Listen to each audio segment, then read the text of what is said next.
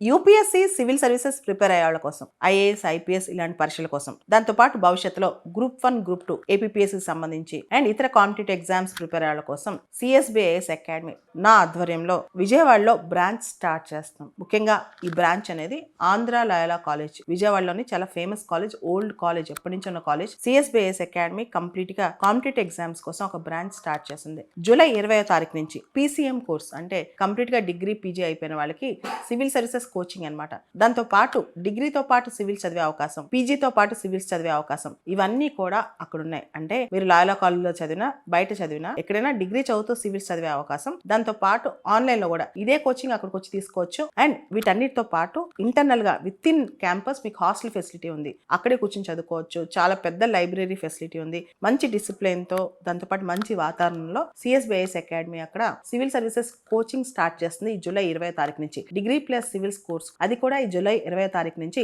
విజయవాడలో ప్రారంభమవుతుంది.